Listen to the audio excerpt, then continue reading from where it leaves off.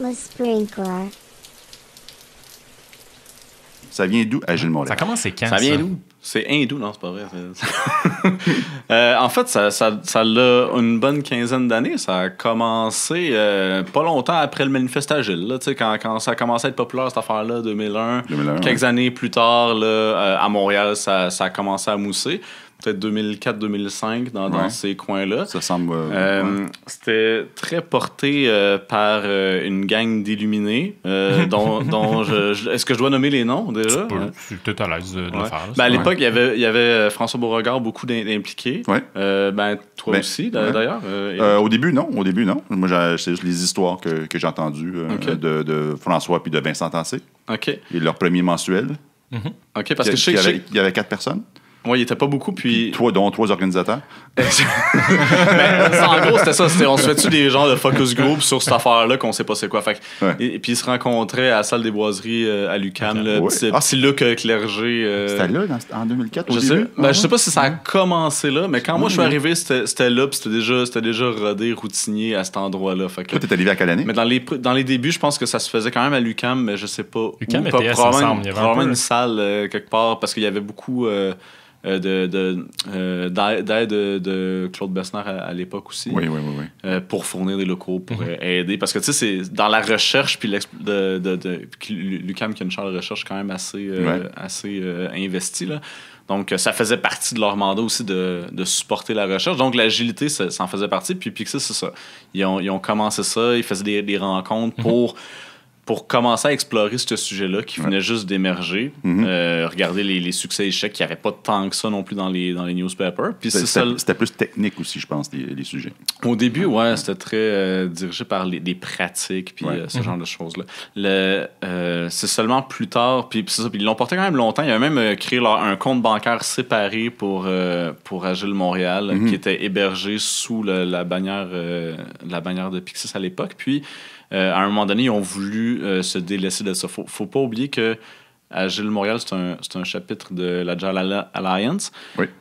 Donc, c'est des différentes communautés à travers le monde. Puis, n'importe qui peut dire moi, c'est moi qui vais être porteur de Agile Montréal. Ça avait donné que ça s'était organisé comme ça pour Montréal.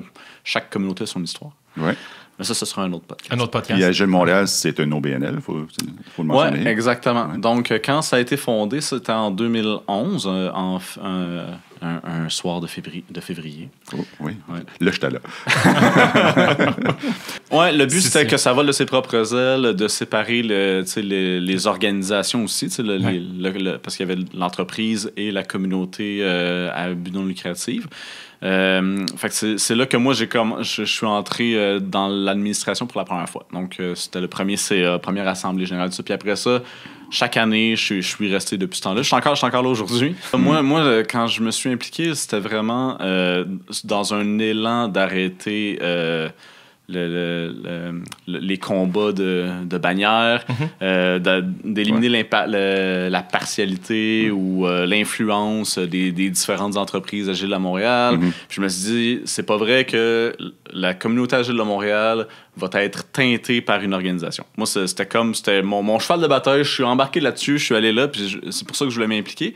Puis peut-être juste souligner puis pour t'avoir côtoyé, je pense que ça transpire encore à travers toi. Je pense que l'idée initiale, c'était de rendre cette OBNL-là, pardon. C'est dur à dire, hein? Oui, OBNL-là, très indépendante, très libérée des influences, ou en tout cas le plus possible. Je pense qu'encore aujourd'hui, à travers ton mandat, en tout cas pour te côtoyer un petit peu, je pense que t'en fais encore ton cheval de bataille, c'est encore quelque chose de super important. Absolument, puis pas juste dans l'administration en tant que telle, mais dans nos événements aussi. C'est quelque chose que... C'est pour ça que je me suis beaucoup impliqué dans l'Agile Tour puis dans l'organisation d'événements aussi pour m'assurer que ça c'était propagé aussi dans nos activités, puis même les choses qui sont organisées à l'extérieur de l'administration en tant que telle. Que c'est bien compris aussi, puis que c'est bien répété régulièrement. Oui, Agile Tour, c'est l'événement le plus connu d'Agile Montréal. Les autres événements que vous supportez? Tu sais, il y a eu une histoire d'amour et de séparation sur certains événements. Okay. Fait qu'il y en a des fois qu'on a supporté, puis à un moment donné, c'est reparti de ses propres ailes. Ouais. Mais dans les connus en ce moment, là, d'actualité aujourd'hui, tu as le Spark the Change. Yes. Mois de mai. Ouais, qui Un 2 jours. Oui, 2 jours. Ça va être la 4e édition en 2020. Fait que ça va très bien. Le DevOps Days, cette année, c'est sa deuxième édition. Ça s'en vient bientôt. Oui, ça s'en vient très bientôt. C'est ça, évidemment, tu as l'Agile Tour qui est notre gros événement qui existait même avant que Agile Montréal soit officiellement une organisation. C'était un organisme à but non lucratif. Puis les Agile Open aussi, qui sont quand même assez vieux dans le sens où ça en fait plusieurs qu'on fait, plusieurs éditions. Mais ça reste quand même notre plus 29 petit, novembre. Notre plus petit événement, pareil. Pardon? Notre plus petit événement, oui. qui est quand même très nécessaire et pertinent, très intime, mais vraiment nécessaire à Montréal. Je suis entièrement d'accord. Ouais. Puis, sinon, on organise nos conférences mensuelles, mais ça, c'est nos gros événements. C'est sûr qu'on fait des événements spéciaux, comme Bob Martin, qui vient justement... Fait que, on en a parlé un peu tantôt. Ouais, puis on est opportuniste. Quand il y a des célébrités ou des personnalités connues qui viennent à Montréal, on essaye de faire du pouce dessus quand on peut. Puis souvent... C'est ça que j'aime dans le monde de l'agilité. C'est souvent des gens quand même relativement humbles. C'est sûr que tout le monde veut faire la promotion de ce qu'ils vendent et de leur service, tout ça. Ou de vendre des livres. C'est du win-win. C'est win-win, mais ce que je trouve le fun, c'est que quelqu'un qui dit « Ah ouais, ça me dérange pas de faire un talk d'1h30 après ma journée de travail. » Tu sais, je viens parce que je viens donner une formation, mettons. J'en-toi ce soir. Mais en plus... Exactement. Mettons, un hasard. C'est ça, mais ça reste du don de soi pour la communauté. Puis ça, à chaque fois, je trouve vraiment ça agréable de voir que les gens ils acceptent quasiment sans poser de questions, sans s'essayer d'aller chercher un retour ou des affaires de même. Là. Puis ça, je trouve ça vraiment génial. Peux-tu nous parler un peu de l'état de la communauté? T'sais, Montréal, ça a l'air de quoi en termes d'agilité aujourd'hui? Ça a juste explosé depuis que je suis dans l'administration. Dans le sens où autant la communauté agile de Montréal, elle a juste grandi, puis elle n'a jamais arrêté.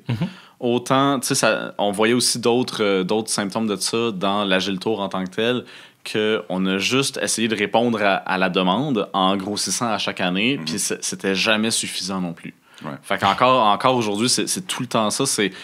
On fait juste grandir, puis tu sais, c'est quand est-ce que ça va se terminer, ça? Tu sais, ça, on le sait pas. Fait que ça se propage, c'est un mouvement, on peut le dire comme ça. Il y en a qui disent que c'est une mode. Moi, j'aime mieux dire que c'est une vague. Dans le sens où les gens vont s'agiliser, puis après ça va être autre chose. Mais les gens vont être agiles. Puis, ou pas. Lean depuis la fin des années 1800. Absolument. Donc peut-être qu'à notre mort, agile va être encore un état d'esprit qui est considéré comme étant sérieux. Oui, absolument. On le sait pas. Ou pas. On ne sait pas. Puis, fait que c'est ça. Fait que aujourd'hui, la communauté, on approche des 3000 abonnés à notre newsletter. Quand même. Oui, quand même. Oui, on approche de là. On est proche de 2900, je pense. Fait que c'est quand même... Puis on a commencé, là, notre newsletter, on avait genre 350 personnes, 500 personnes abonnées, là. Même pas, là. Fait que ça a juste continué sans arrêt. Les Agile Tours, les premiers Agile Tours, c'était peut-être ça, 200-300 personnes. Oui. Avec des... Sur Sherbrooke, l'UQAM sur Sherbrooke. À l'UQAM sur Sherbrooke. Ouais. Puis là, tu sais, cette année, c'est 1700 personnes. Fait que non, le futur d'Agile Montréal, nous, de plus en plus, c'est ça. On veut administrer. Donc, on veut devenir décisionnel. On veut se reculer de l'exécution. On s'est outillé en conséquence de ça, donc on a embauché quelqu'un qui nous aide dans la coordination, dans le... Vous avez des employés les maintenant? Opérations. Ben, c'est pas une permanente, c'est une consultante. OK. Ouais. Puis, donc, c'est ça. Donc, elle fait tout le travail de sa organisation, mise à jour site web, même que là, maintenant, elle commence même à s'impliquer dans les événements pour aider. Donc, elle va s'impliquer dans l'Agile Tour. Qu'est-ce que je peux faire? Y a-t-il des choses à communiquer? Tout ça. Donc ça, c'est la nouveauté. Donc l'idée, c'est de créer cette autonomie-là par quelqu'un qui gère les opérations pour que l'administration puisse administrer. Ça veut dire quoi? Ça veut dire prendre des décisions, dire oui ou non, trouver où est-ce qu'on investit. Après ça, tu sais, l'exécuter, ça peut être autant notre coordonnatrice, directrice, qui le fait, ou on peut faire un appel à la communauté qui a envie de porter ce projet-là. Donc, dans le futur, c'est vraiment ça. Là. C'est comment amener plus de projets à la communauté ou que la communauté pourrait proposer des projets que nous, on pourrait financer. Donc, après ça, le sky is the limit. On peut se créer un backlog d'idées par la communauté que nous, on financerait puis qu'on accepterait ou qu'on prioriserait. Là. Fait que tu es en train de dire que, mettons, moi, là, illuminé, j'ai le goût de faire je dis n'importe quoi, un festival de podcast agile.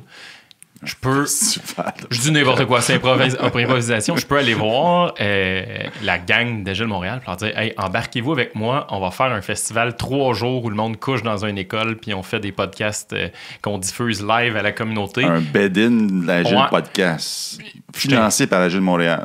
Exactement. Je sais pas, je m'en vais où avec mes skis, mais mettons un projet qui fait du sens. Ça peut être un book club Agile, ça peut être des soirées cinéma Agile, ça peut être faire le tour des écoles Agile, puis... C'est les écoles qui sont agiles ou faire le tour agile? Amener l'agilité dans toutes les écoles. Puis non, mais tu sais, ça peut être plein de choses. Ça peut être faire de la promotion de l'agilité à Montréal. Puis tu sais, Agile Montréal, on veut... On est limité par on n'est pas limité par nos moyens en tant que tel, mais on est limité dans le manpower. Le manpower, c'est ça. Puis au début, tu sais, c'était une idée noble de dire à l'administration, tu sais, si vous avez des idées, si vous voulez faire des choses, tu sais, faites-les. Mais ce qu'on se rend compte au final, c'est que juste administrer Agile Montréal, ça demande quand même une charge de travail non négligeable. Vous l'avez vécu. Puis donc, en plus de ça, si tu veux porter un projet tout seul sur tes épaules, c'est pas petit. Donc, de créer cette possibilité-là, cette fenêtre-là, d'aller facilement chercher de l'appel à l'aide pour organiser des projets avec des membres de la communauté qui seraient willing. Puis, moi, je vais embarquer là-dedans dans ce projet-là, tu sais, puis nous, de le financer. Profiter de l'infrastructure qu'apporte Agile Montréal. Donc, son réseau de contacts, les mailing lists, gestion du risque aussi. C'est ça qu'on veut. Nous, on veut devenir une plateforme, on veut devenir un support à tous les projets Agile à Montréal, puis on veut créer cet incubateur à aider là pour faire mousser cette agilité-là, puis la faire exploser, puis aller...